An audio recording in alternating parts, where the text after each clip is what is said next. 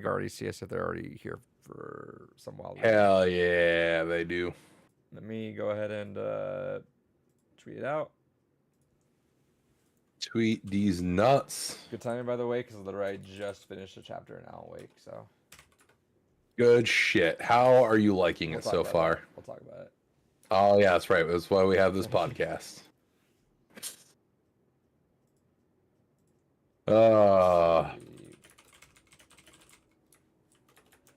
Don't forget that this weekend is last to put in your order for physical copy of Persona 3 Portable. Yeah, that's what Kellis told me. I pre-ordered P4 and Plumbers Don't Wear Ties. I don't know if I was gonna do Persona 3 just because I was never gonna play it, but maybe.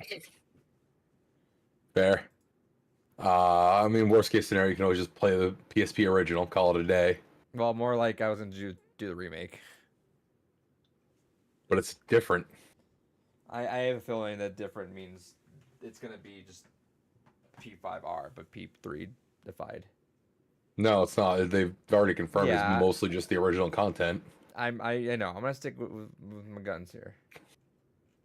If I'm wrong, It's a chance to actually have like a royal version of 3, and they fucked it up. Yeah, so that's what I'm saying. Is I want to have faith they don't fuck it up as bad as they are about to, but we'll see. All right. So if anyone's in here right now, give us a little bit of time. We're just gonna give a few minutes to see if people will see the tweet. Come on. Hell in, yeah. We'll get started. Do we have news? I don't think there's really been anything. There's that limited edition gold wireless N64 controller. It's like 2,000 units. No, I'm good. About it.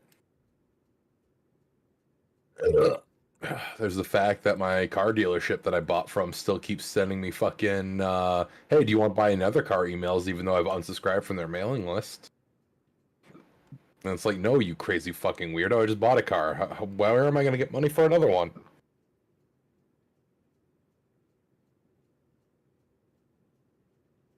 People are weird. Also love that I just randomly got a, your Keymailer request has been accepted email long after my Keymailer has been made defunct because they upped their requirements for Tic Tac. Yep. And it's actually amusing. It is actually for the sequel to Hentai vs. Evil. The legacy lives on. Rip. All right. I'll just look real quick. We don't do anything real quick around here. Some podcasts have been real quick, which is good.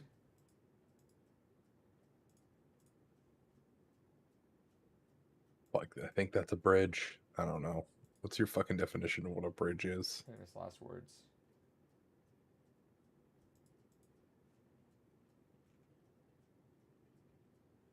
Oh, they finally started blurring out fucking mailboxes on captchas.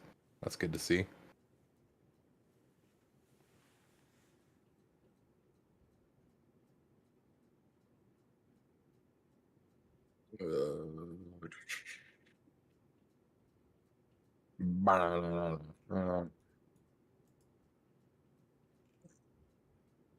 Except take me to my key. Everything that has stairs. Okay. Kells, I like the profile view. It's like you're both in a fighting game match, or it's like you're both in a fighting game matchup screen. Hell yeah. All right. Ugh. Smudgy.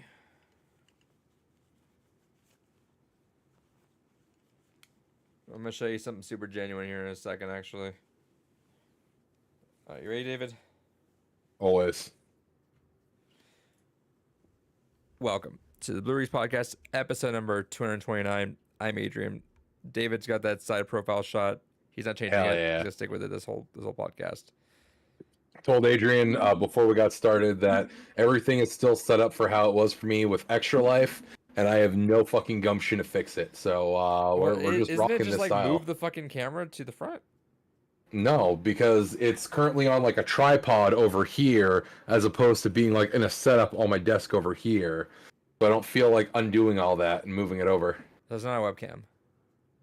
No, it is a webcam, but it's mounted. Like I was about ready to fucking show. Yeah, you were. It's on a screw-in tripod for the webcam. Yeah, you were, you piece of shit. You dumbass. Hey, I'm I'm dating someone, and I told them the story of Pompeii this morning. I tell a story. I tell her. I remind you of the story at least once a year, if not more. That's gonna be a story you will tell your children. That's gonna be like the story I put on my fucking gravestone.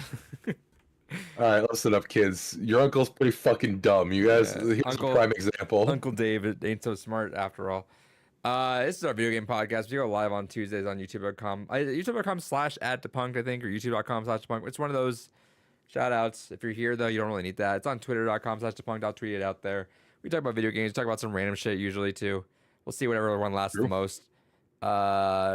This week, news is super light, so we'll see how that goes.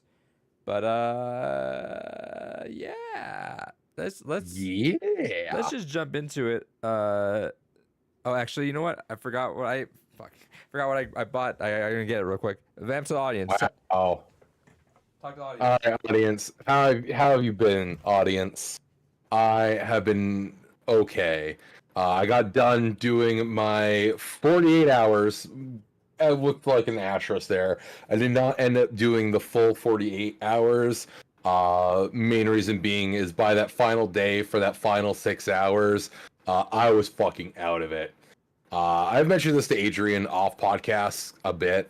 I don't mind live streaming, but I'm not a big fan of it because you always have to be on. Like there is a difference between just me big chilling in a room and playing games and me big chilling to a room and trying to engage with a non-existent audience. Like it'd be kind of one thing if there was consistently people to kind of pop in and interact with. And I did have a few people pop in that I've known throughout the years, but it's a different beast altogether when you're still trying to have that level of engagement when there is no one there.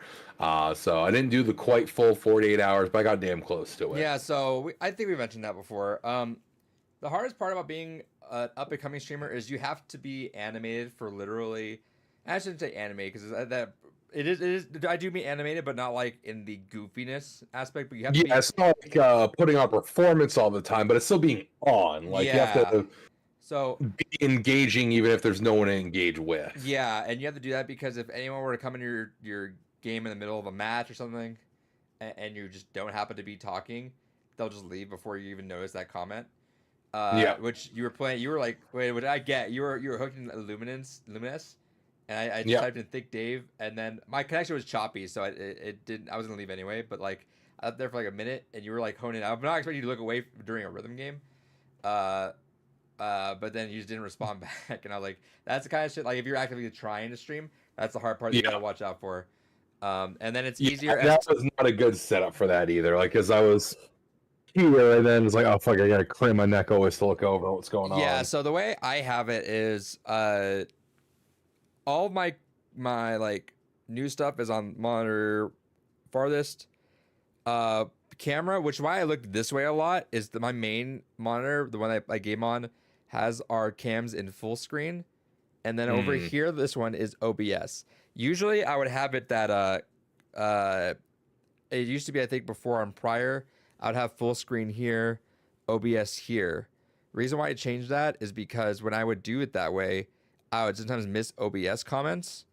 So I would just skim past it. So I kept it here more because also I was reading up, I forget if I was reading or watching, I don't know, a while back that it naturally, and I agree with it too, is naturally it looks better when you're looking at the comments because it's like you're playing a game. That's why like you're looking at that and you got to morph your screen to make it that you're looking at the game. And then when you look away and you look directly at them, that's where your comments are. So it looks like you're looking at the camera, reading out to them and looking at them. It's just like some psychological little connection that you connect with the audience when you just like look away, look towards them and read the comments that way. So, but I'm more inclined to, obviously, like, it's a little more relaxed for me to like sit this way than it is to like face this way.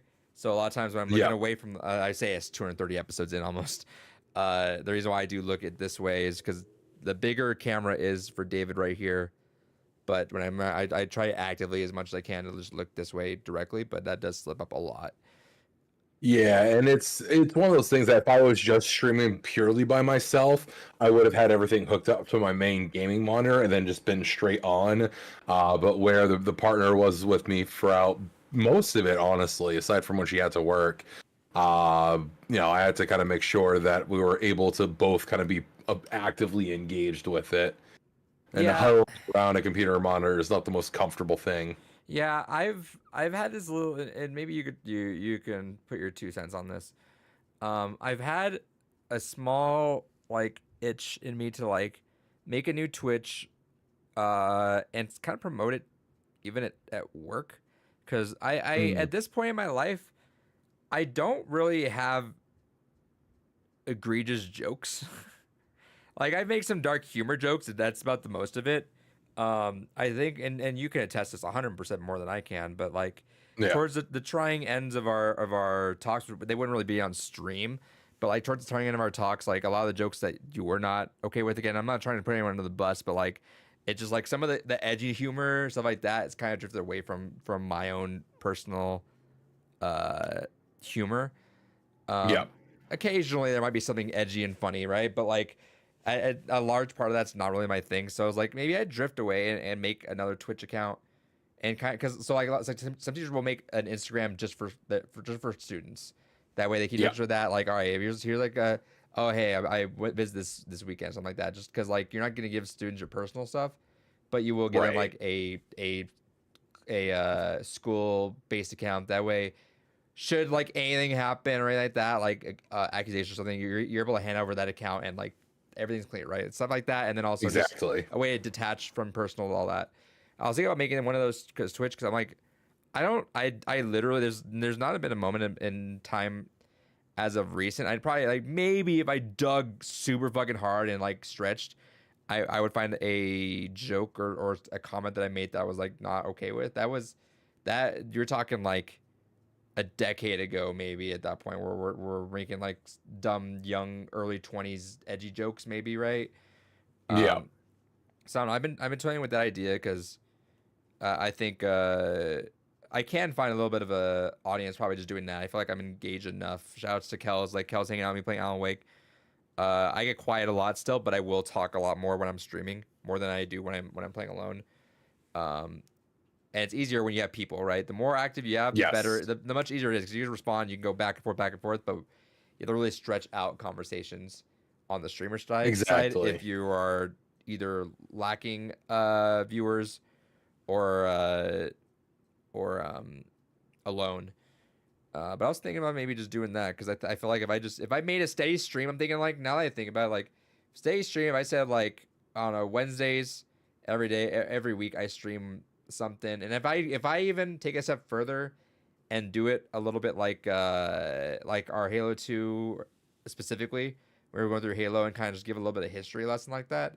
I think that actually would be a pretty decent hit, and it can probably stretch out a little bit more. And I got a set of people that I got a set audience already. It's like I'm curious about. I've been toying with that idea a little more because I've been wanting all year to like stream regularly at least once a week.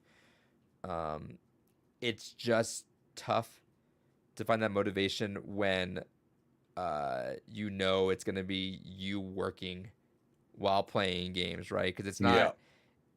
Yeah, I'm not naturally a person that is lively while I play. I'm more lively when I stream for sure, but like those moments where I'm like into it, and you can watch if you go back and watch my Alan Wake stuff. Like when I'm quiet, that's what I'm doing. I'm vibing. I'm just playing the game. I'm doing that. When I'm playing multiplayer games, mostly quiet, talking to teammates, maybe something like that. But I will talk more when I'm doing this. yeah, Um, but I was like maybe I do that. I'm not worried about like anything bad happening on there. The biggest thing I have to be worried about is like a monetization side of things. If I were to monetize or even like activate partnership, if you were like, I don't know how I don't know what the crossroads is of like teacher advertising a thing that you can donate it on. But then I mean like then again, there's like some teachers have bans. How is that any different? yeah. I have to figure out there's a way to do that. If there's a way I could do that without feeling weird about that, that might happen sometime. But how'd that all go? I want to drop in more, but I've had a busy weekend, so I was curious how that went. It went pretty well. I had a couple buddies that I used to work with kind of hop in and chat here and there. Outbacky, fucking absolute champion, that man. He hopped in quite a lot throughout and just kind of Nice. checked in, even if it was just like a hey, Big Dave, just wanted to say hi, let you know I'm still thinking of you, homie. Keep strong, and then would dip out. Hey, big shouts. I know we have like we have viewers, like I know we got a handful of lurkers, which is cool with me. If you're gonna hop in, just listen, like please do. That means the world to me also all together. But we do have a handful of people like Kel's at Backy. Uh, it's just it's cool when you have We like got just a like good group. I have a few people that hop in there, which has been fun to just chat with. Like I said, Kel's shouts. I'm probably gonna see you at Evo next year. I'm planning the hell out of that for sure. Um, but yeah, it's been cool. But yeah, shouts to Abaki for that. That's the homie move right there. Kel's, I'll hop Yeah, on whenever I can. That means a lot. That's cool for me. yeah. Um, And it made it a lot more enjoyable just because again there was occasionally that one other person to kind of bounce off of, and at Becky's a real one. You too, Kels, again you're always kind of lurking around too. You're a real one. When we had some other real ones in the past that I'm sure life just caught up with them, like Green Super Flash and all them, but and they're still on Twitter, but like I said, I mean even yeah, I mean let's be real. Like even I've hopped out in and out of podcasts that I've fallen out of too, which is cool. That's I appreciate at any point in this journey if you followed us along. That's big agreed, yeah, shouts. 100%. Um, Getting any kind of engagement is fun because it's that acknowledgement that even if it's just one person, you made one person's day. So like, I fuck no, it, that's not saying they made one person's day. I'm not saying I make anyone's day, but No, if I'm you saying, fuck it. yeah, I made one person happy for that bit of I don't time. even say I make them happy. They Because just, I'm a clown or because they actually care about what I'm saying. yeah, maybe they come to laugh at you, and you made someone laugh. There you go. Cal says Evo's already marked on the calendar. I'm ready to run that Tekken 8 bracket. Yes, sir. And Abaki is that Oh guy. yeah. Abaki is that guy. Hey, I'm just saying. Gore's wife has never been in the chat again, so True. confirmed, real. We did have David's secret account pop up though, so I'm curious about that. Ooh, David's secret account made a resurgence. the mystery surfings. All right, David, what'd you get this week? As I kind of alluded to, shout outs to Keymailer and the developers, for I have received a review key for Hentai vs. Evil Apocalypse, the sequel to that waifu murder game that Chris gave me many moons ago, so he didn't have to deal with it. Which is basically what happened, is he would give me his fucking Keymailer keys that he didn't want to actually do.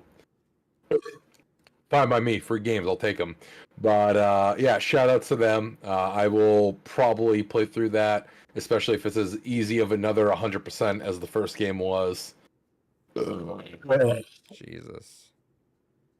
Hell yeah, I don't know why that burrito I had is hitting different. Did some homemade burritos and salsa. How do white people make burritos?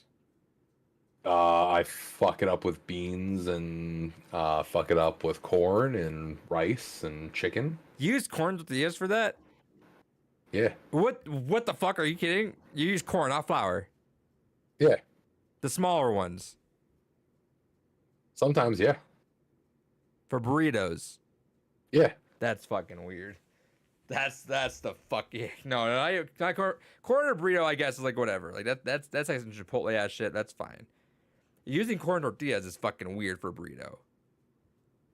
That's, I mean, yeah, that might sometimes, be the sometimes you want like the mini corn dog equivalent of a burrito and just be able to like a slam them all taco? down. That's No, 'cause no.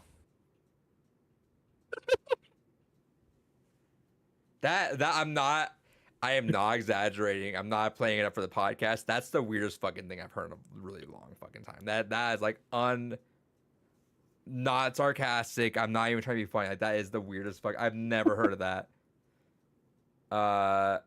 Yeah, sometimes you just want that little bit of just the little guy. That's fucking weird.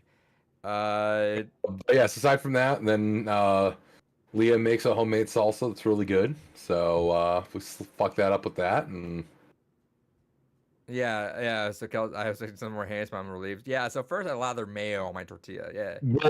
I can't fucking stand mayo. Absolutely disgusting. I don't know. Using corn is fucking weird. Like that's literally like there. You don't use that outside of, like a street taco here.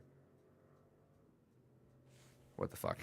I'm. I also don't like soft tacos, so That's fine. But you just. I mean, granted, you can make whatever. I'm done with this conversation. What else? What else you get, David? I picked up a few odds and ends for the collection here. Managed to again just find some oddities dirt cheap. I got the Soul Calibur 2 version on Xbox. So now I have Soul Calibur 2 on all 3 platforms. I like getting those look good next to each other too. Wait, what? They look good next to each other. All Soul Caliburs. Why would you do that? Just no. I mean, I'm not like organizational wise. Just like if you just take a picture of them side by side, they'll be cool. Yeah, if you do that.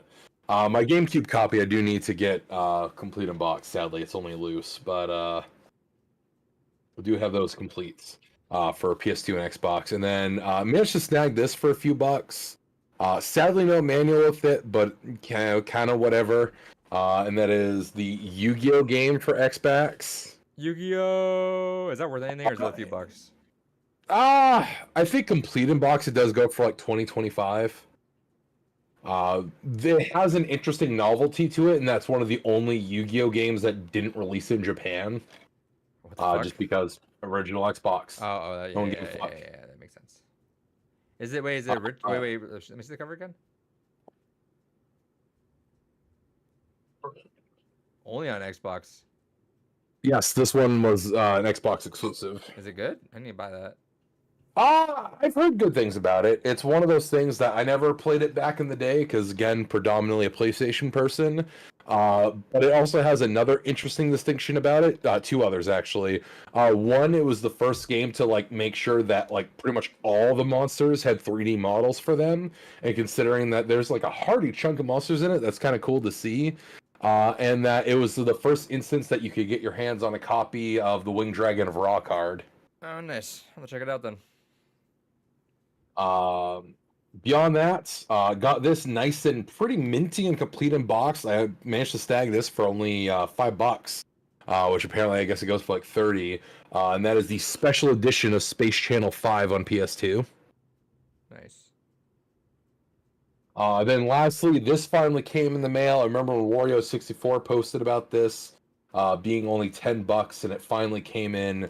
I'm excited to eventually get around to playing it, and that is Marvel Midnight Suns Enhanced Edition. Good call. It's a pretty good fun game. I figure, you know what, fuck it, for $10. I'm sure I was already interested in the game to begin with, so for $10, okay. Yeah, I would have bought that for sure at that point. Anything else?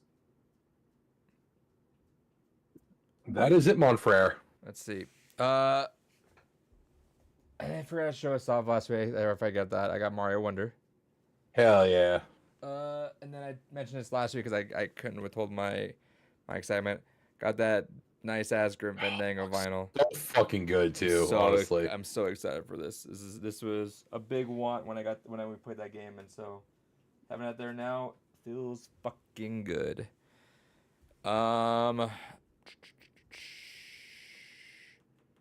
What else? I got Rogue Legacy on Steam. I think that's it. Dave, what'd you play? Hell yeah, played a lot of things. You played a lot of obviously. things. So played through a little bit of box still just happens to be right here. Fate Extella, Umbral Star, basically a Dynasty Warrior style game with the Fate characters. Pretty fucking dumb. Pretty fucking cringe. But the Dynasty Warriors gameplay was pretty fucking minty, so I was having fun with it when you actually got to play the game. Aside from that, I played through the what the fuck was it called there? The Kids on Site Hard Hat Edition. Shout out to Limited Run for that. That was a Titanic piece of shit. I don't know why they bothered remastering that game, and I'm gonna put that in the loosest of terms possible, just because of the fact that the audio quality was garbage and the upscaling they did on the video was not great. Looked pretty fucking blurry, like someone just swiped Vaseline on it. So absolute shit release. Would recommend just getting the actual Sega CD version and using that with a proper upscaler. But played through that. Played through Doctor Who and the Lonely Assassin. That was a fun little game. Kind of enjoyed it. A little kind of phone adventure. Originally was on mobile, got ported to consoles, and it does something that I kind of think is a pretty fucking cringy when people don't understand writing for the Weeping Angels. The Weeping Angels are a really cool enemy in Doctor Who. They're very much kind of like the SCP-173, that the statue one there, where it moves when no one is looking at it, kind of thing. But it has they have some other fun, unique twists to how they work. But they are creepiest when they're left as silent killers. And a lot of writers want to go ahead and give them voices and make them evil and creepy sounding. And it's always fucking cringe when they do it. And I wish they would stop. Because they are far creepier as a silent killer. But honestly, would recommend, even if you're someone that is new to Who, it does a lot to act as a primer for a lot of what you need to know about what you're interacting with. In fact, that was the kind of one thing I thought was working against it as someone that is a more longer term Who fan, was that it gave way too much retreading of information for a long term Who fan. But very approachable, very fun, honestly. I quite enjoyed it. There was also another game that was pretty fucking trash that was Doctor Who. I can't remember. It's like the Eternal something. I don't know. Sin. It's not. Yeah, Eternal Sin. Whatever it was, its name is genuinely not worth remembering. Pretty fucking trash game. It originally was a VR game that they ported to console, and the console port is heinous. They did not optimize the controls to go from VR to controller, and the game is buggy as shit. There was a lot of times where we were stopped, had to reboot the game, or had to do workarounds for shit just because the game was just broken. Absolutely disappointing. Especially when they had two of the Doctors in that, and there were two good ones. That was on PS4 for both of them. Oh, weird. Yeah. I played through all of Minoria. That was a fantastic little fucking game. Like, Minoria, it's a very visually distinct Metroidvania. A lot of people on the indie scene that kind of recommend Metroidvanias. It's kind of one of the more high up there ones. And I can see why. It's not a groundbreaking game by any stretch of the imagination, but it has such a distinct art style, and the music is fantastic. The gameplay's solid, but again, it doesn't do anything revolutionary in terms of the gameplay. In fact, it's maybe a little bit more sparse in terms of customization compared to other Metroidvanias. Like, it definitely, if you were to immediately compare it to, like, say, Bloodstained, it is a lot more sparse in comparison to Bloodstained. Hey, but do your thing. Sorry, I interrupted. I thought you were doing. No, it's all good. But genuinely, fantastic little game. I quite enjoyed it. I think it took me like about 6.5 hours to go through it. And I played it basically straight through. Fantastic little game. Highly enjoyed that one. What were you gonna say? I ended up buying those two games, like Termina or something like that, or. Oh, the Fear and Hunger? Yeah. I bought those two. Was in the horror sale before October ended. Hell yeah. Yeah, I got those things down. So those are now done, or not done, but those are bought. So I'm excited to play those two. Good shit. Genuinely, if you are in the mood for grimdark roguelikes, that's fantastic games. I need to eventually actually play them myself. I know a lot of the lore of them, but I have not physically played them myself. Kel says David sipping on a Sapporo Camp I am indeed. There you go. It has been my go-to, just kind of like simple lager as of late, just because there's actually a place around here that fucking sells it. I wish there were more. There's a store I used to go to called The Vaults, and it's a little bit of a trip, but it's really good for a lot of weird import shit. And they used to have this espresso beer from Japan that was fantastic, but it was basically one of those things that they legitimately had so few people buying Japanese imports that they kind of stopped carrying it. It made me sad because it was also one of the other places I could get like Kirin from. Urine? So, Kirin. Urine? That's fucking weird. Yeah. But yeah, there's that. I also played through. Let's see, what else did I go through? Lee and I started playing through The Good Life. Considering I was a Kickstarter backer for that and never got around to actually playing it, as many games in my collection are like that.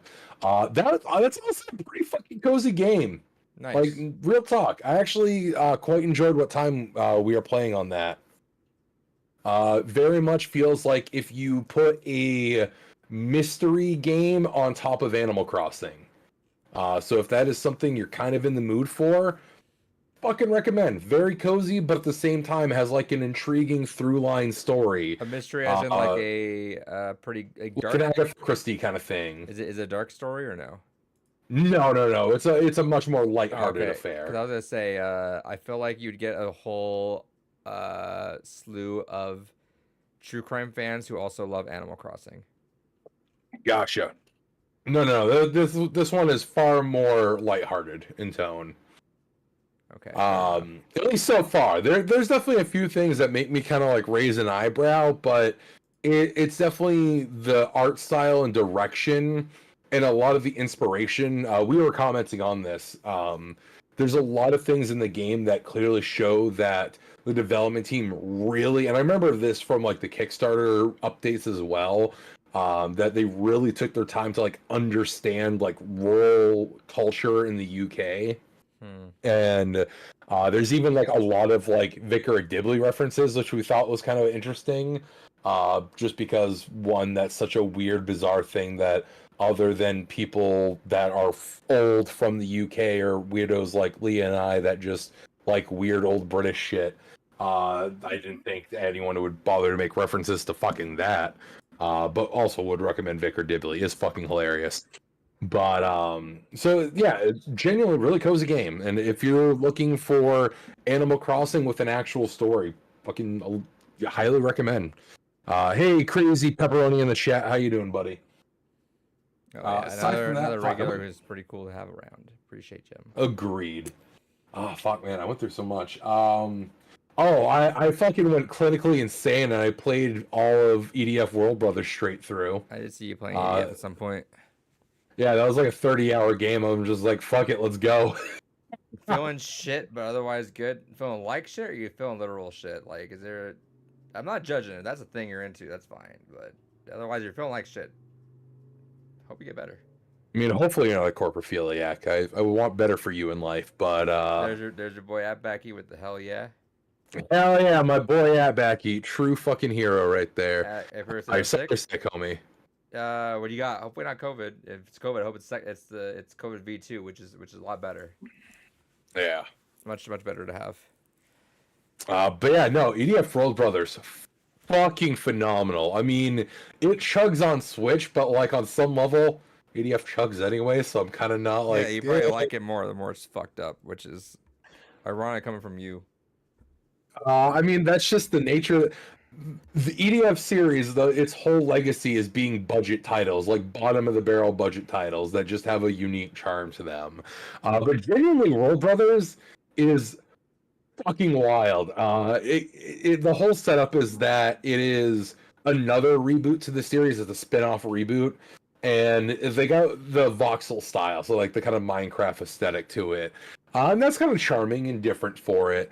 But then they're like, fuck it, we're gonna make like this weird hyper crossover of all of the EDF games, blend elements of all their stories together, and then add in more random and wild shit to it.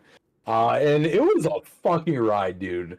The other kind of unique spin to it is that you actually have a party of characters you maintain. So instead of just playing as one character, then you kind of manage their loadout.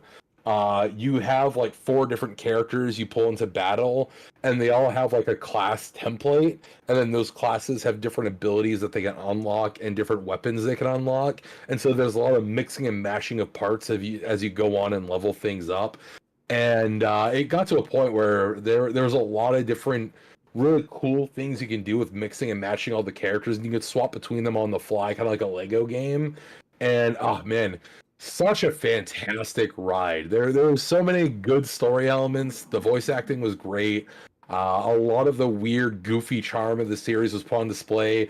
There was a joke made in the game that made me think of you.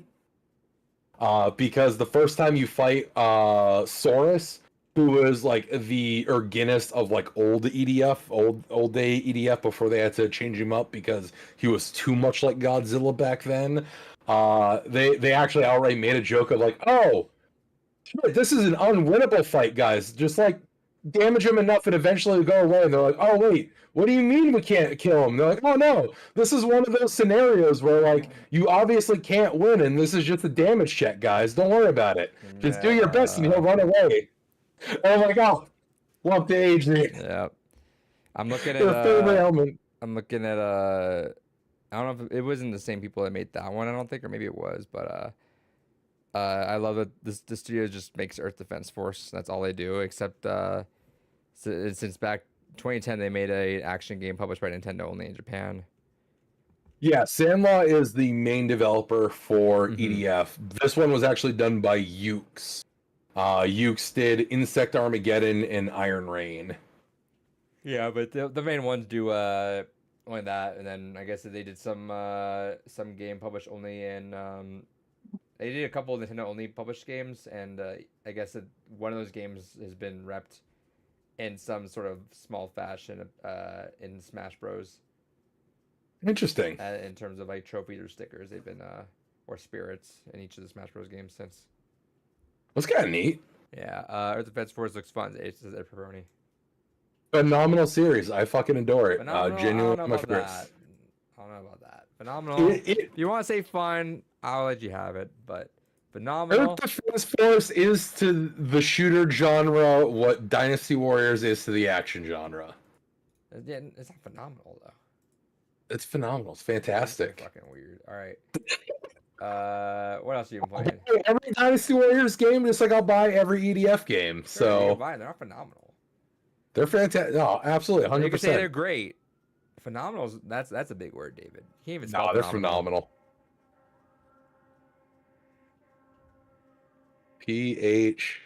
PHEN. Nope. No. I'm just kidding. Oh, I threw you fuck! off Now you there. got me saying. Yep. I know what I'm doing. Uh, All right. What else you yeah, playing? so, played through all that. Do recommend. Fantastic fucking game. Honestly, you may even like it more than mainline, just because of how it's structured. But aside from that, fuck, what else did we play through? Lumines. Oh yeah, Lumines. I do fucking love Lumines. That's a game I will always just kind of occasionally pick up, play a little bit of. Just a good old comfort game ever since its release back on PSP. I adore it. That's fair. Let's see, what else did we go through? Oh, started Bear and Breakfast. How do you like it? I'm still in the tutorial-y parts. I only put like an hour and a half-ish into it. But I mean, it seemed cute, charming, a little weird. Not quite what I was expecting Told out you. of it, but I mean, it seemed. So I didn't say it was fun. bad. I never said it was bad. I said it's not what I was expecting. And it's not the thing that I was really wanting out of it. Mm. Yeah, it felt like it wanted to be more like a regular simulator, but they're like, oh, we can't just do a regular simulator. We need a catch, and then that's Yeah. when they added in the bears part of it. Right. But it's cute. Yeah, it's cute. Definitely something eventually I'll play more of, but I can see why you're like, it's still good, but it's just, eh. Yeah.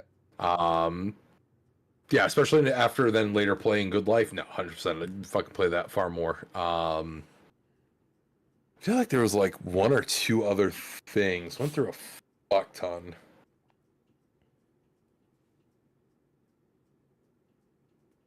Oh yeah. Let me check my fucking Twitter Beat Games list. To the X's, for they are gonna give it to you. Let's see here. Is there anything else I'm missing on that list? Oh yeah, Goodbye World. How can I forget that? All right, that was the first game I did for Extra Life. That was a surprising little adventure. It's a very short game. It's like an hour and a half long, and it's half visual novel, half platformer. So the story is presented in kind of a visual novel style, but it's all done with kind of like a 16-bit-esque aesthetic. It's not purely 16-bit, but it's kind of going for that faux retro look to it. And then there's segments where one of the main characters is kind of like a coping mechanism for what they're going through in life, are always playing on their Game Boy. And those segments are always kind of done as like a platformer, kind of like in the vein of like a Super Mario Land. And fantastic little game. It was one of those things that during the end credits for it, I was kind of going into this big heartfelt speech, and then yeah, the game got me with an interesting twist, and that's all I'll say on that. But honestly, would recommend. Like, This one? fantastic little journey. Was not expecting it to go at all the way it did. What game? It's called Goodbye World. It's got a physical release on PS5 that's like $30. Goodbye Volcano High. No. Let's see. I mean, there's a physical release on Switch as well. Oh, does it have a Switch release too? Yeah. Yeah, so would recommend that. Honestly, if you want just like a good short little story that may potentially take you by complete surprise, yeah, have fun with it. Would recommend. Otherwise than that, I think that pretty much does cover the majority of what I played. There might be like one or two things, but definitely nothing I finished at that point. Nice. All right. Let's see. Playing a little bit of Super Mario Wonder. Hell Just yeah. dabbling into it. I keep getting swamped on time, and it sucks. Which is nice. I'm keeping myself busy, which is nice for once. So it's not like the worst thing being swamped on time, but it is a swamp when I'm like trying to narrowly avoid spoilers for two different games right now. But yeah, dabbling in a little bit of Wonder. Fun so far. It's like the second stage so far is already even cute. I'm on whatever the other world is. But yeah, just dipping into it. I'll probably barge a little more of it soon. But by the time I get to bed, I'm like, I'm not doing that. I have been dabbling in Mr. Wake. I am now 3 chapters in, so shout out to Kel's watching me play right now. Holy fuck, dude. Each end of the chapter had me fucking smiling like a goddamn idiot. Like, it is such a fucking ride of a game. Only 3 chapters in. I'm gonna hold on. How many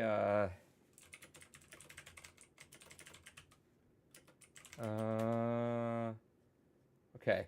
I'm literally I'm on the 4th chapter now. There's 19 chapters, and I'm fucking loving every goddamn second of this game. Once he defeats Alan Wake, he starts to look and talk like Alan Wake. I wish, dude. The voice. Oh, he does Gore's wife. See, I fucking recaught what you motherfuckers. Had to log into the account. Agent New Hairstyle got me acting. Hey, yeah, Gore ain't here anymore, so I'm gonna take you all you want, whatever you want, baby. I think it helps to narrow down the potential of we who don't know. Gore's wife We could got be. lurkers though. We got lurkers, and don't count out the lurkers. True. No, dude, the writing is so fucking on point with that. This third chapter got so fucking meta, and like already it's giving me it so they've advertised it as like you don't need to play Alan Wake or Control or anything to enjoy the story. Sure, everyone says that. Everyone says that, right? No, 100%. From at least from what I've seen, it makes a lot more to the story if you have played those. Well, that's what I'm saying. Is like everyone says you can play Joyous. I'm sure there is surface level. Sure, should you? No. If you're gonna play Alan Wake 2, go play Alan Wake and go play Control. They are required playthroughs for Alan Wake 2 to be fully enjoyed the way it's about to be enjoyed. Like unless the series is like Final Fantasy, in which it's genuinely just like a new thing each time. it's not though. Remember we discovered 10's connected to 7. Remember? It's true. But yeah, like this. Please, I don't. I know I'm not. No one in this realm of our little audience here is doing this. But if you are trying to play Alan Wake 2 without Alan Wake 1 or Control in there, please go do that. You have to go do that. You are gonna get so much out of it. And holy shit, like you're already getting reactions out of me in this last third chapter I finished up. That was like, no fucking way, no fucking way we're already doing that. Like I was like, oh, maybe we'll get inklings of this kind of reference here or there. And Remedy's like, fuck off, we're gonna give it to you right now. I'm like, holy shit, dude, y'all are crazy for it. And it's great because like it gave me two chapters of Saga. First, I'm like, all right, cool, I'll play a Saga. I'm enjoying Saga's story, which is fun, and it's fucking with me a little bit because I'm like, I can tell something's fucked right now. What is fucked? I don't know, but I can tell something's fucked. But then now I'm playing as Alan, and I'm like, oh fuck, everything is fucked. Everything's fucked, and I'm already getting like, I love when writing just stays ahead of me. I literally have to turn my brain off and just enjoy it because it's like I don't know what to fucking predict. I don't know where the fuck you're going. This is all amazing to me. I love it. So I'm enjoying this ride so much. The end of chapter songs have been all bangers. If person's got to go, I'll catch you guys later. Some interesting game news was released today. There was. We'll talk about that. But I appreciate. Hey, get better, dude. Hope you get better soon. Yeah, what's up, homie? Gore's wife says I'm thirsty, aren't we all? But dude, like, I'm talking about this game. Like, so Kel's mentioned there. Kel's like, this game. They're like almost to the climax. I think it's already like top 10 games for them. And you know what? Like, if the writing does not let up and like this goes a distance, I 100% agree. There is. It has a slot in my top 10 if it keeps doing this exact same shit.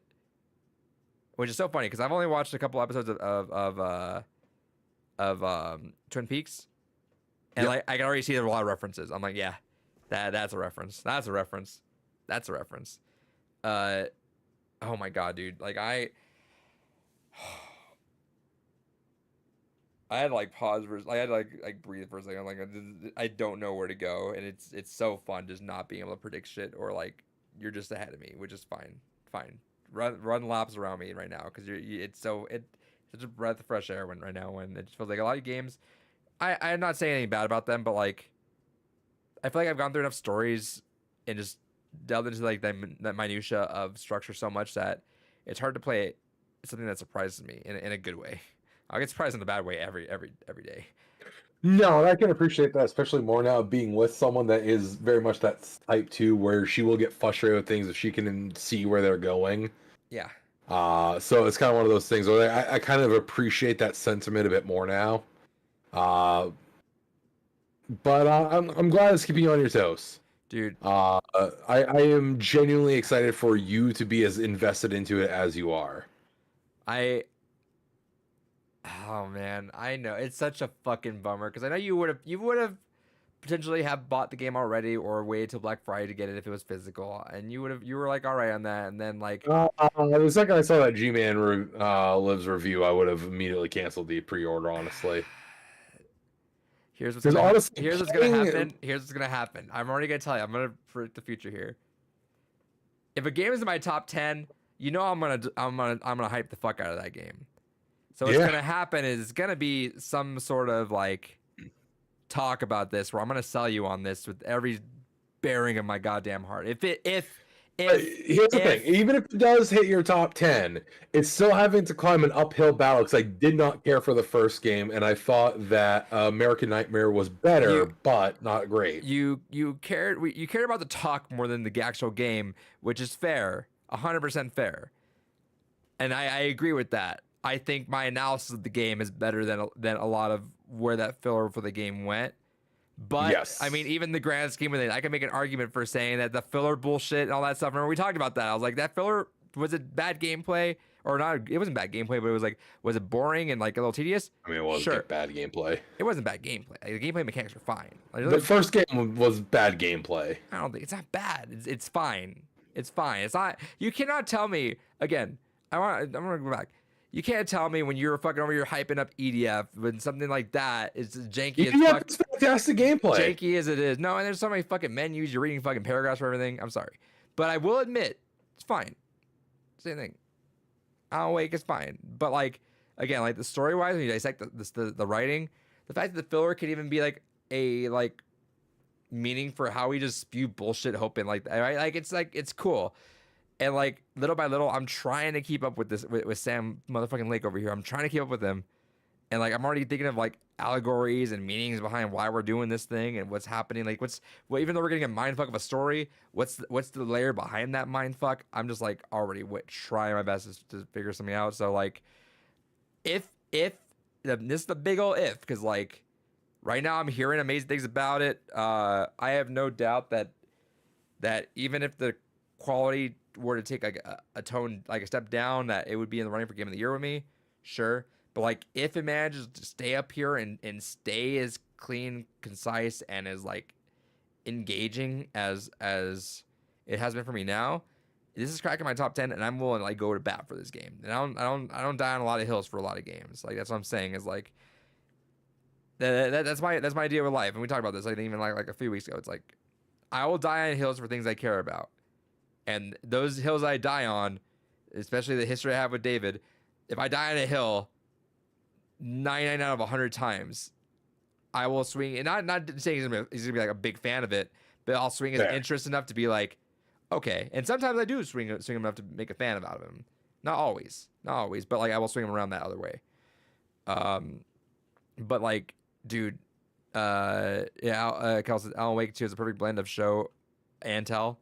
I agree. Like it's oh man, like I'm just so excited to just dive more into that game because it's funny because like I want to just binge it. I was thinking about it earlier this week. I was like, I just want to call in, just be like, hey, I'm sick, cough cough. I mean, I'm not gonna come in. I obviously I didn't, and we have a 3-day weekend this week, so I'm like, all right, I'll spend Friday doing it, but like I do not. Yeah, bummer. Next holiday we get off is Thanksgiving. We got a full week for Thanksgiving break this time, which is nice. Well, and I also want to do that because I want to get some more time for other games in. But like, also it's been kind of fun. Just like, I hate doing this. Remember we were going to do this. I hate taking my time with things. I want to binge it. I want to like just let me live in that fucking world and just gorge and just fucking like Thanksgiving feast it. Let me eat everything, right? But like part of it too is like it's just been on my mind just little by little. I'm like, ooh, I just fucking want to go and play more of that. I want to figure out what happened there, and just lots of the mysteries, everything hit in my head a little more, which is like for one of the rare times ever. It's now like really being an enigma. It's something I'm interested in like prolonging. Oh look, Gord's wife. Look, you and David got the yellow one. I think y'all need to start talking more together. I don't know what the fuck he said to someone or his cat or something. I don't know, but this is what it is. But yeah, dude, all the ending songs have been bangers. We're 3 for 3 right now. I'm loving the pacing of everything has been happening. I'm like I'm like intrigued at how we're going about this too, because like there could be 40 different ways we're going with this. There are 10 moments I'll wait too. I can't wait to see your reaction, dude. Yeah, I'm excited because like this is probably it's gonna be one of the only games I ever stream in full. Just it's on PC, so I'm like, why the fuck would I not just click on live? But yeah, dude, I'm gonna go back and just see my reaction because right when I look at the table and I see Darling on there, I'm like, no fucking way. we're not already. Why the fuck is he in the dark place with Alan Wake in a place with someone from Quantum Break? And I'm gonna maybe hopefully not spoil myself. I just need to know. I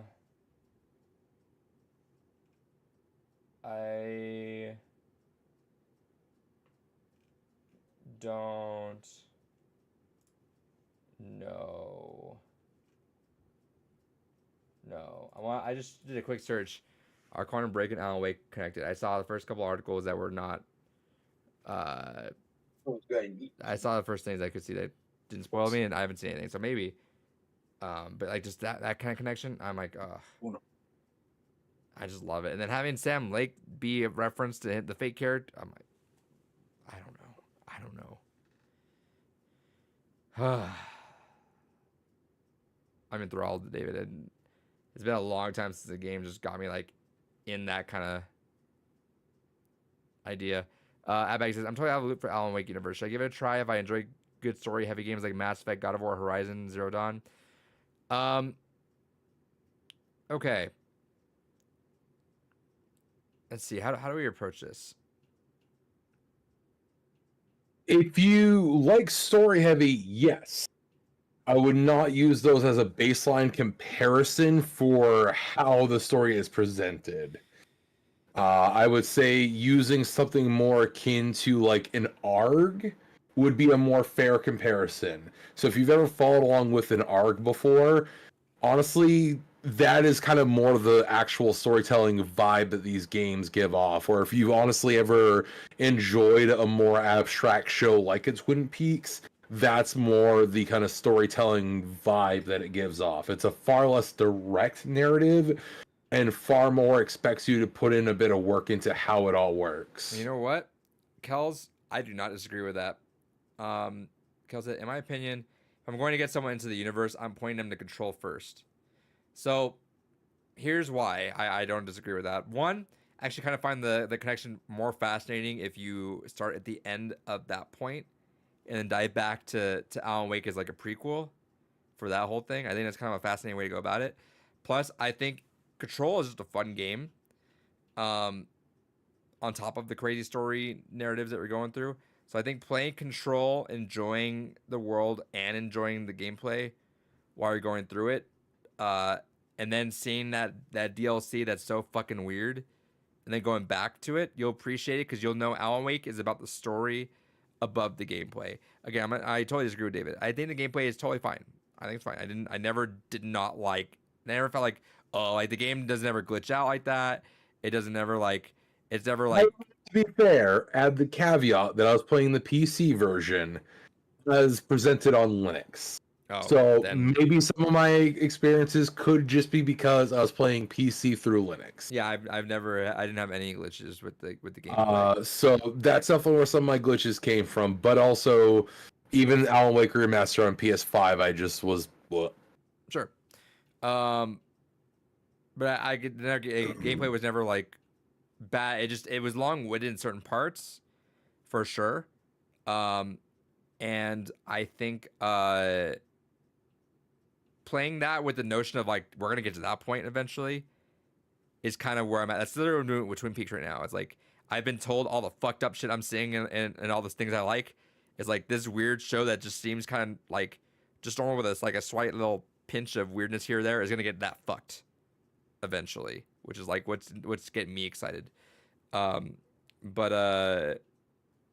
like you want to invest in the story, and honestly, like maybe it's self-relating, but I think also go Control, Alan Wake, American Nightmare, and then watch our Games Gone By, because I think we had a really good talk, and I genuinely think that it was a fun dissection and hypothesizing as to where we're going, um, which I think is super fun as well.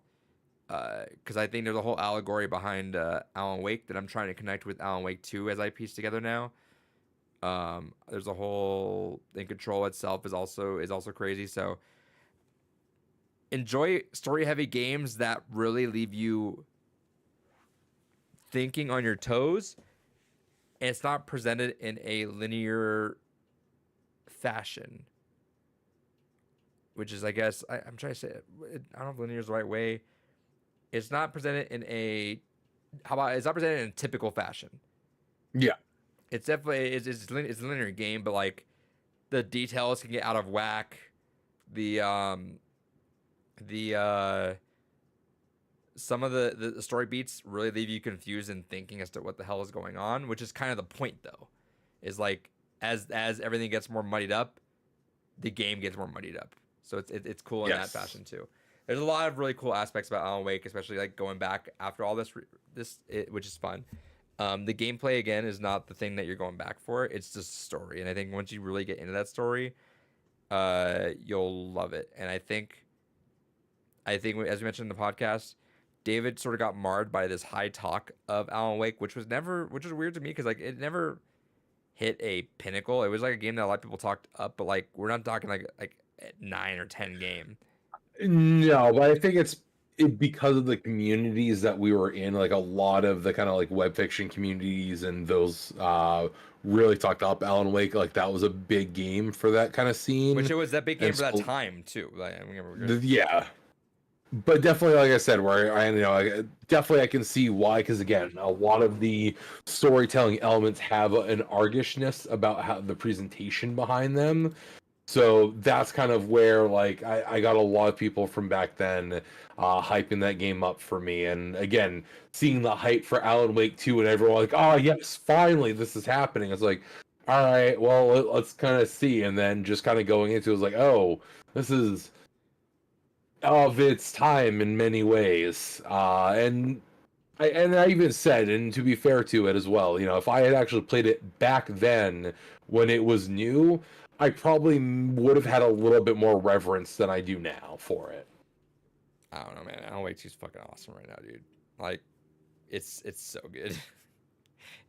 And I will say this, and I'm gonna talk Dave. I'm gonna literally like knock Dave off of his interest if I've even like compelled him a little bit. I'm gonna kill him a little bit with this, which is whatever. Again, remember I'm 3 chapters in, so don't expect a lot of it. But like, I think Cal's mentioned it's a bit walking simmy right now, which is like you're walking, you're investigating, little bits of gameplay here and there. Now it could get crazier as time goes on, which is probably appropriately so, right? Things are correct, and then things get more fucked. But for now, it's very much just breathe it all in, explore, look for clues, piece it all together, and see how it happens. And that's where I'm at right now. I'm excited to see whether or not this lives it up to it or lets me down a little bit from here. But as of the second, if it lives up to it, it's top 10. There's no question about that. Let's see what else we got. Played a little bit of that Jackbox game. It was cool so far. Enjoying it. Me and the students play it during lunch every now and then, which is fun. It's got some fun games on there. It's kind of like a Guitar Hero rhythm game, which is cool. Because like it'll play everyone's things, and you'll see who fucked up the most during their song too, which just fucks up their track, which is cute. Let's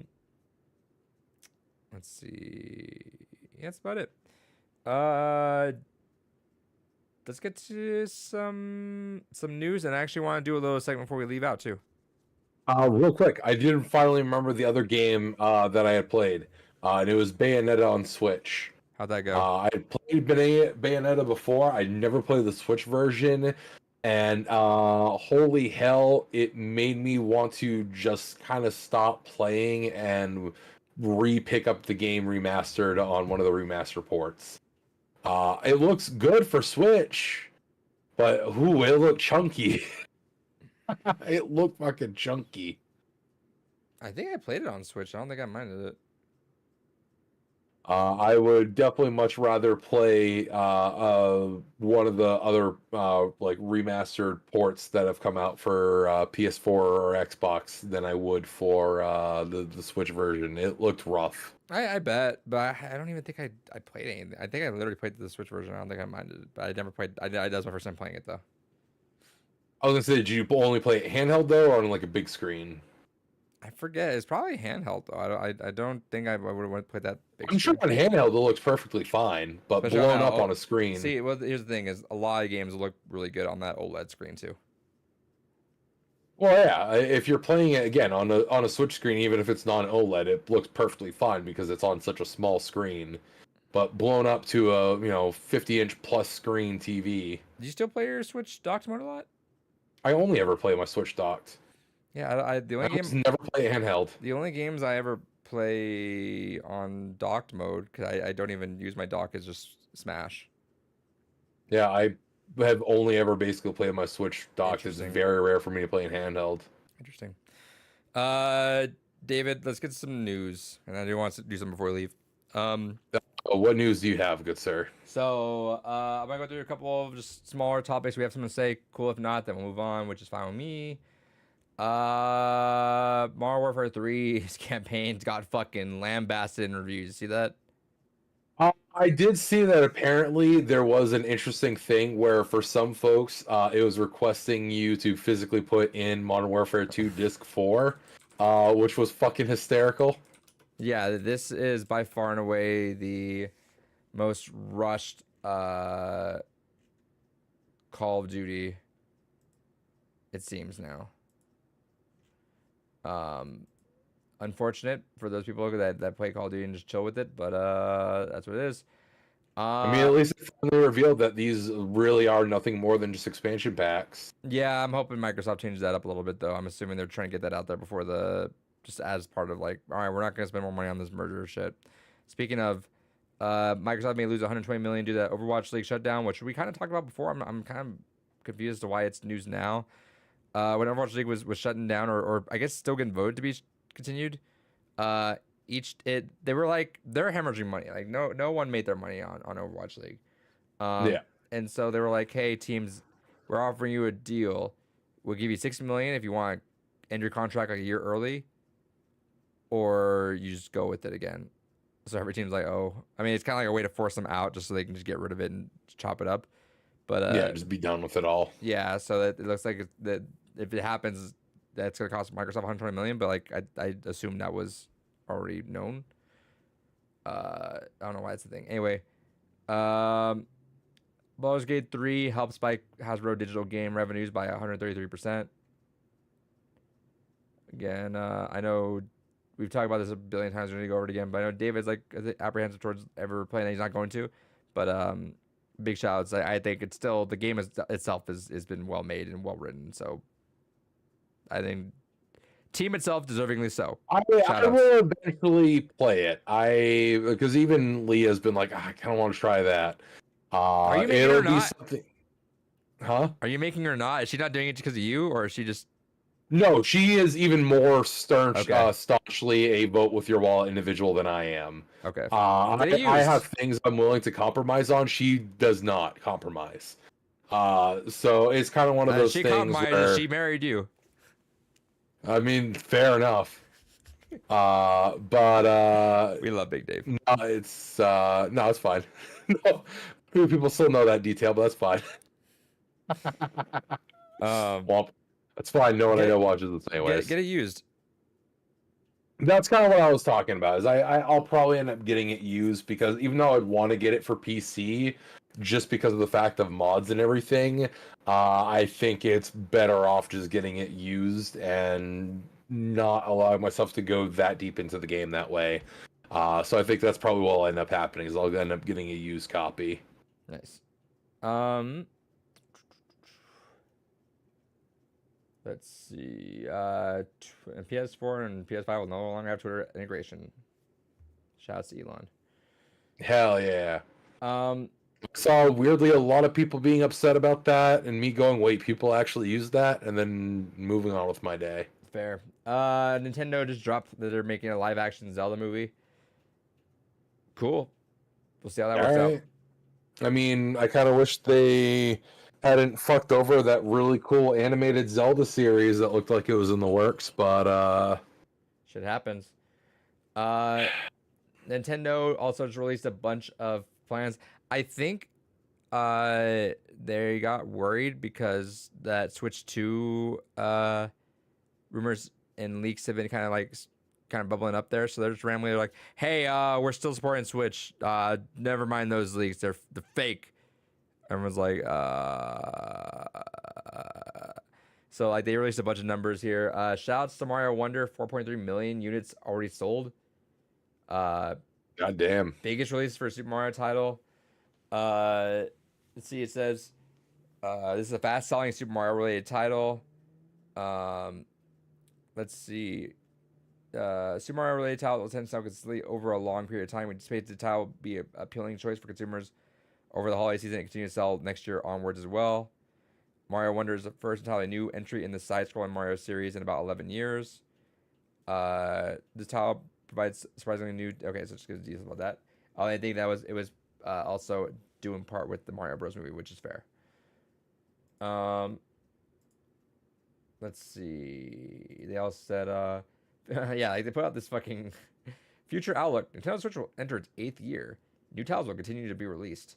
They expand, or they plan to maintain and expand user engagement with Nintendo Switch, maintaining a business momentum. Okay, they sure, I expect that too, but like, I think they said that they sold 135 Switches so far, 135 million Switches so far. Yeah. Making it Like they're very close to the PS2 numbers. Yeah, so I doubt it. I doubt it doesn't break PS2. 15 more million, like in like another, even after Switch 2.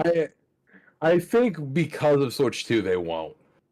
See, I don't know. I think at this point it's lost enough steam and enough people bitch online about its performance issues that I think at this point any casual that wants it has it at this point. I disagree. I think anyone bitching about it is not even in the market for that. I think when Switch 2 comes out, they slot that Switch down to like $150. You tell me you're not gonna sell 54 million of those things? I don't think they would price it that low. But they would get rid of. I think they almost want that number. You think? I feel like almost some part of Nintendo's like, fuck it. Let's just take the fucking. Yeah, but Nintendo doesn't always do the things that we think are logical. Is the problem? We would do that. You and I, if we were running this, would be like, no, we're chasing after that number. We want that record. This is fucking Nintendo we're talking about. They don't always do the shit that makes sense. They do shit their own weird ass way because they're fucking Nintendo. Because we're talking like on average, because it's obviously not right. It's been trickling down, but like on average, each year they've sold 16 million Switches. Cut that like in half, and then we're approaching like right there. In which case, like I think people might even just buy it just for the sake of it. Like it's almost like the DS to 3DS. Like, people still bought DS for a little bit. Then all I gotta do is like put another like. I get what you're saying. If I go right there though, I'd be surprised if they didn't even just cross it on their own. Let's see. They said over 330 million Nintendo accounts. I don't really care about that. Supporting long-term relationship with our consumers. No one gives a shit. They have 38 million Nintendo Switch Online members. And then yeah, that's all I said about that.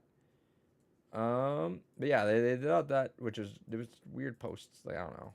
Shout out to Mario Wonder for doing numbers. David. Yo. I think we're not realizing how close Game Awards is. Like this year's been fucking flying by. Yeah, that's next month, ain't it? Yeah, it is. I forget what, but David, I want us to do some. I think we're gonna go back to like kind of like a trivia thing. I want us to make our prediction for Game Awards. What do we think? I don't even fucking know what released this year. There's been so much. There have been, which is gonna make it fun. I mean, we can talk about it. We have discussions and go through everything. I'm not. It's not making. It's not like a genuine like we are. I'm not sharing my answer. I don't give a shit. I do want us to make our own predictions because we will disagree on some things, but I want us to just make our own predictions for us to go through. I think that's always fun. Um, 6 awards, David. That's what we're going with. Six games. Um, and we don't even need to like take turns or anything because we're gonna have obviously a lot of crossover because there's some like shoe-ins on here. But David, what do you think? Like just out the gate, what do you just know would be game of the year contender? Fuck. Fucking release this year. So much. Tears of the Kingdom, I imagine. That was this year, I yeah. think that's a lock. I think I'd be shocked if Tears of the Kingdom was not nominated. There's no way it's not. Fuck, there was something else that released at like the beginning of the year. Resident Evil 4? No, I don't think that'll honestly. It might. I don't know. 2023 game releases. You want me to list off a couple of what I think are gonna make it in? No, I just need to see what actually released this year because a lot of last year's bleeding into this year for me. Yeah, I could see Spider-Man 2 potentially being up there. I could see Liza P being a sleeper hit for a lot of folks. Well, what do you think though? Tell me when you're like locking a guess. All right, I'm sure Starfield will be there because of course it will be. Okay. I'm sure Mortal Kombat 1 will probably end up Really? being fighting game of the year. Oh, or fighting game of the year. Street Fighter? I think Street Fighter reviewed a lot better than. I think Street Fighter reviewed a lot better and is definitively a much better game. But I think in terms of the more mainstream appeal, Mortal Kombat is a far more mainstream game than Street Fighter. But I mean And the Game Awards does lean a little more mainstream. I actually disagree with you on this one. I think Street Fighter 6 wins this one. It does lean mainstream, but like we're talking like not to an egregious degree where like that would triumph. I think it leans still critical reception of that. Very rarely does that ever supersede, or very rarely does this casualism supersede critical reception. I genuinely feel in my heart of hearts Mortal Kombat will win out over Street Fighter, but you wanna put 5 on it? No, I don't like betting money. You know that. I thought you were confident though. I'm fairly confident, but I still don't like betting money. You want to bet a Steam game? Sure. I don't, what the fuck? So I get tons of them fucking Humble Bundles. Fuck it, I got a spare. All right, whatever. We'll figure it out. Okay, so we're betting a Steam game. Baldur's Gate 3 will easily be in there. Okay. I would be shocked if it wasn't an actual Game of the Year contender. Okay. I'm like scrolling through the list of releases and I'm seeing things that are like, yeah, I'm sure it'll get mentioned in its genre. Like a Diablo 4, I see it being mentioned for RPG. You know what? If it didn't fuck up after its release, yeah, I think it was a shoe-in. And honestly, Baldur's Gate 3 is any category that Diablo 4 would be compared against. Baldur's Gate's taking it, so that's just not happening. Oh yeah, I forgot the other Horizon game came out this year. Was that even well received? I don't even remember. Was the other one released this year? I thought. Oh yeah, because it was up against Zelda again, right? Yeah, that was title. That's right. Yeah, never mind. No, it was last year. Yeah. Octopath Traveler 2 was this year, but unfortunately that really didn't get much fanfare. There was the Dead Space remake. I don't think that'll get anything. Nor do I think Calypso Protocol will. Fire Emblem Engage certainly isn't. That was not well received. Which is weird, because from everything I've seen of it, it seems like a fine enough game.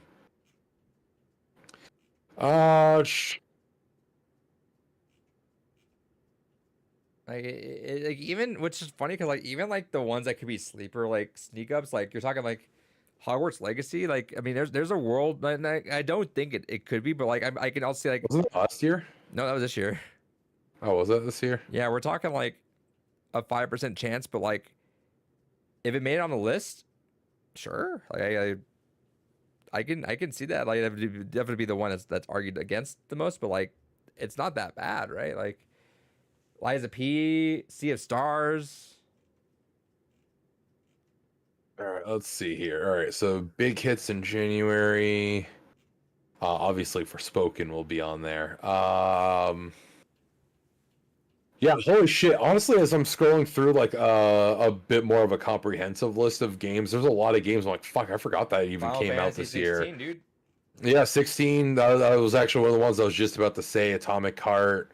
Um, fucking. What else is on here?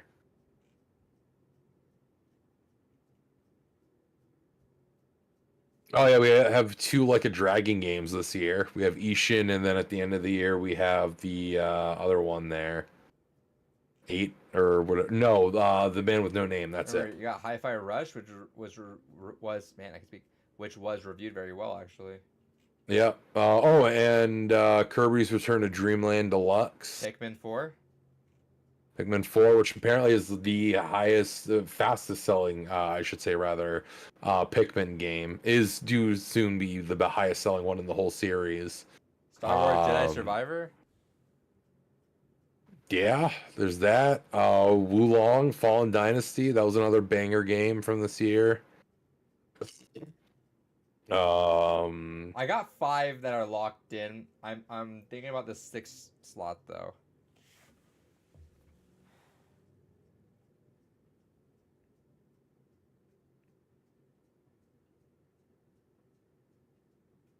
Ghostwire, fuck, I forgot about that. That What? came out this year. What? Ghostwire Tokyo? No, that was not this No, year. no, it came out this year for Xbox. That's what it was. Yeah. The list I'm looking at is just generally around releases, so it might Okay. also, Yeah. which is also part of the reason why my brain's a little skewed, is because some things come out to other platforms later. Oh, fucking Live Alive, Live Alive. having that 3D HD remake for it. I'm going between 2. Let me see. I'm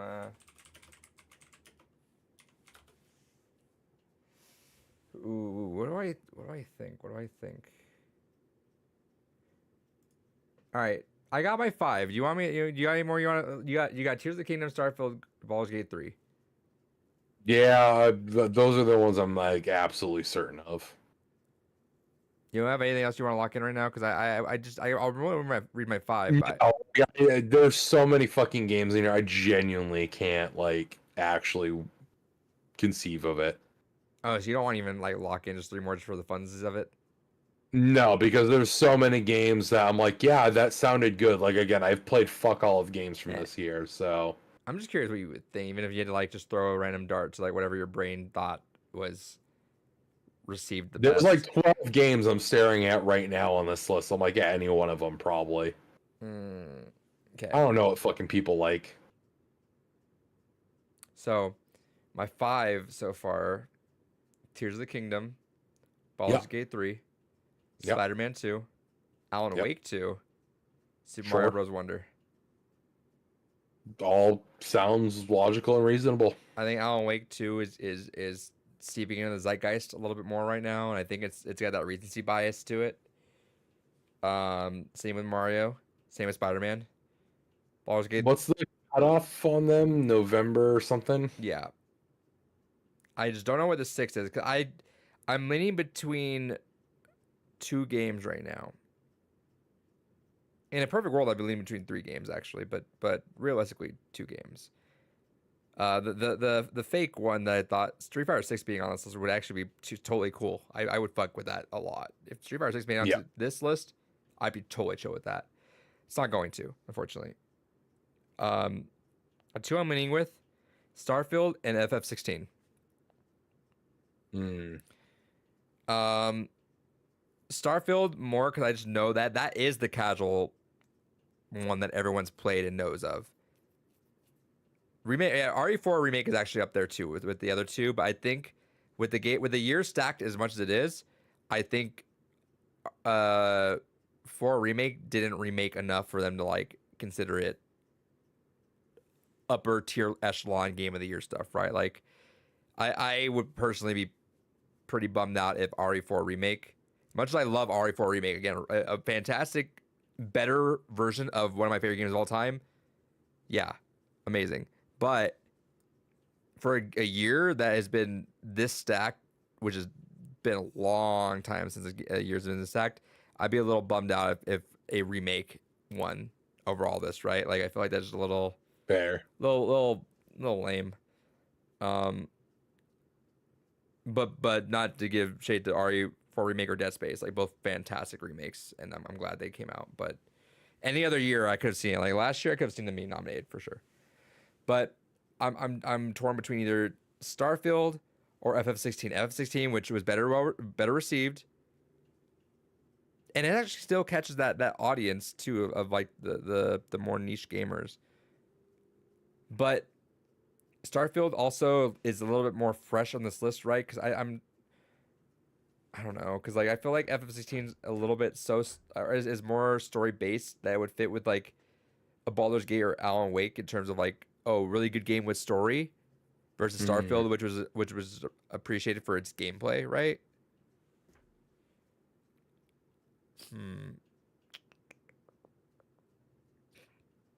I'm wondering for this. I'll do some. I'll just put some games on that list that David and I think that were like cool games that aren't gonna win, but were fun to think about. I think Hi-Fi Rush was solid. Resident Evil 4 remake. Do you think I what was the Dead Space remake reviews?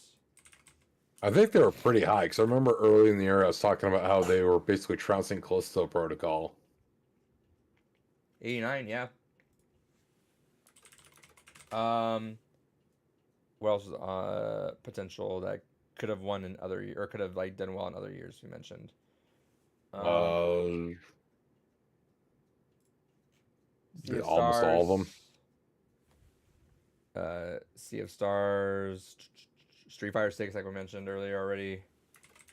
Oh man, Mortal Kombat 1. I would be so fucking stoked for Street Fighter 6 if it got on there. It deserves the fuck out of that, I think. It deserves it, but it won't. It won't. Let me check let me give it one last comb through of Metacritic's top of the year on this, and then I'll just throw something out there and we'll get out of here. Explore games. Bomber Cyberpunk is one that should win, but would never win. Yeah, you know what? I'll put that on there too because I've heard so much amazing things people talk about that.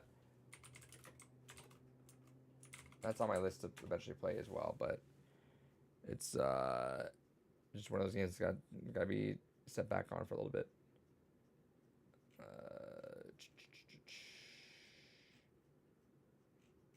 Where is?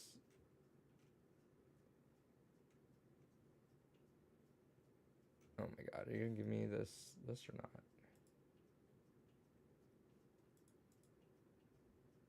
Best games this year. There you go. Metroid Prime. And that was more of a remaster. Oh, Cocoon scored really high. Oh, did it? Shit. What the fuck? Yeah, 92 on PlayStation, 88 on PC and Xbox, 89. Shit. Oh, good shit. All right. That probably another year could have made a splash like that. I actually turned that game on, but I realized like 4 seconds. I'm like, oh, I'm not in the mood for this kind of game right now. Soon though. Oh yeah, Diablo 4 is gonna get a mention, even though they fucked themselves in the ass for that one.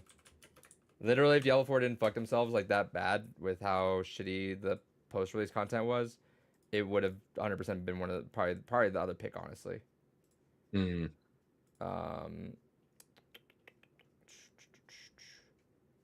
Rogue Legacy 2 came out this year? Dave the Diver I thought came it was out? last year. No, it was early access Yeah, last year, and then I think it officially came out this year.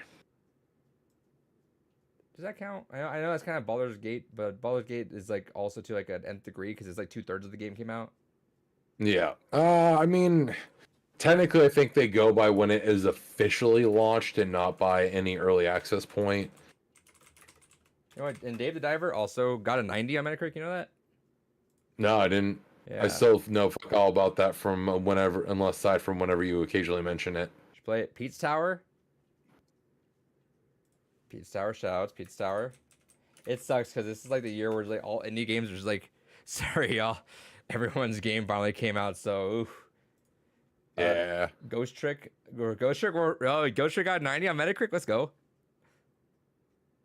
Oh, Armored Core 6. Forgot that even Yeah, I came don't out. think I got like glowing reviews though. It was like 86, I think. 88. Still need to get that eventually. Yeah, it started at 88. In fact, it scored higher than Final Fantasy and Starfield. Hell yeah. You love to see it. Star Ocean reviewed at 87, David. There you go. I mean, that's a remake, but Yeah, why not? Octopath Traveler 2, we could probably put on that list of like. well, that's why I was like, I don't think it'll end up on there just will because I know it. not, which is unfortunate. I still need to eventually play it. I fucking adore the hell out of the first game. It was phenomenal, but it just fucking stacked year. Jedi And still so much to go through. Hogwarts, we forgot about. I didn't forget about it. Well, I mean, on terms of as much as you don't want to think about, I get it. What I just don't believe in giving attention to shit things. You know what? I'll respect your opinion, dude. Just don't get mad when you see me in a Hogwarts robe eventually for a. No, if you want to play, I have no No, qualms with people I know. enjoying it. We talked about. I know. No, we talked about that, but I feel like I do need to reiterate. You know, I understand, especially something like Harry Potter, that is so intrinsic to a lot of people's just comfort spaces for themselves that I can't ever say like, no, you shouldn't have that thing that makes you happy. This world is so fucked and so fucking terrible that if that is still something that makes you happy, fucking go for it. Live your life to the best you can in this shit fucking world. But for me, myself, that is something that I can look at it and go, I don't actually need that in my life. I am comfortable not going ahead and giving me that my money. And that's why I say Leah is far more extreme than I am when it comes to voting with the wallet, because she just will outright go, well, that's just not a thing that happens anymore, and then moves on with her life from there. Whereas I do kind of weigh the, like, is that something I still want around, though? Honestly, for us, the hardest part has actually been Repo the Genetic Opera. That has been the roughest one for the creator. Ended up being a shit human fucking being for removing away from. She actually has a signed poster by the cast from that, and that has just always been one of my favorite fucking musicals. And ooh, that dude's fucking a weird fucking freak, uncomfortable individual. If you ever look into that. I believe it already. Yeah. All right, I'm gonna put Starfield on there. Hell yeah. I wasn't going to. I just think. Let's celebrate mediocrity. I just think it's more accessible. That's kind of how I felt with why a game like Celeste would never win Game of the Year even though it was nominated, was just accessibility in terms of broadness, right? Is that like the Game Awards, and it could never happen, right? It's true, they keep women down. Oof. The Game Awards, and this goes kind of for every. You can't expect every judge that nominates a game or votes in the panel to have played every game. Yeah. Literally not possible. In fact, even if you got like Tears of the Kingdom, Baldur's Gate 3, Spider-Man 2, Alan Wake 2, Mario Wonder, Starfield, even those 6. You're gonna That's be so much time in your day fucking gone. And I get that that's their job, but their job is also to play every other game that they could for all that. And that's also not including the fact that they have an actual life. Let them play whatever the fuck they want, or not play anything at all. Because I can imagine if I was a game reviewer on that caliber, I'm going home and not playing video games. Yeah. So like, expecting that, I understand that's not gonna be possible for that. But I'm gonna say that I think Starfield was probably the more popular game. is more accessible. It was on Game Pass, right? So everyone played it. Maybe that's why it's gonna probably beat out FF16. Also, a recency bias. It's more recent. Yep. So my final 6, and I could see that changing. I could 100% see in Starfield or FF16 taking that. I will say my locked 5 for sure are Tears of the Kingdom, Baldur's Gate 3, Spider-Man 2, Alan Wake 2, Super Mario Wonder, Starfield. Which, by the way, 3 Game of the Year nominations all like released like within a week of each other, which is fucking nuts, Wild. right? And then I could see that 5th one or 6th one, Starfield, FF16. I could also see that being Jedi Fallen Survivor, and in a perfect world, I could see that being Street Fighter 6. I would fucking love that actually. David's 3 that he can just lock in that he thinks he'd be comfortable saying, or Tears of the Kingdom, Starfield, and Baldur's Gate 3. Yeah. I'm excited. David, you gonna watch it?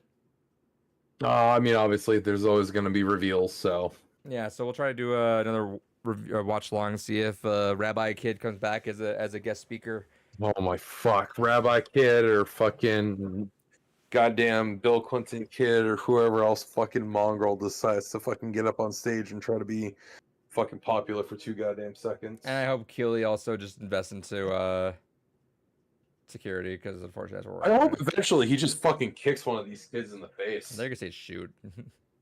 No, I would not say that. I want him genuinely just. To Oh find the God, fucking David! kid one Oh of these God, kids. David! Don't show it. Fuck. I'm making up for it. I make up for it. I make up for Your it. camera was like going into your asshole. That's fine.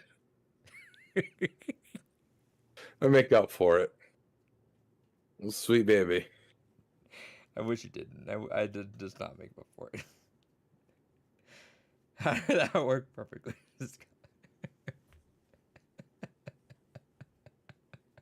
I hate everything that just happened right now.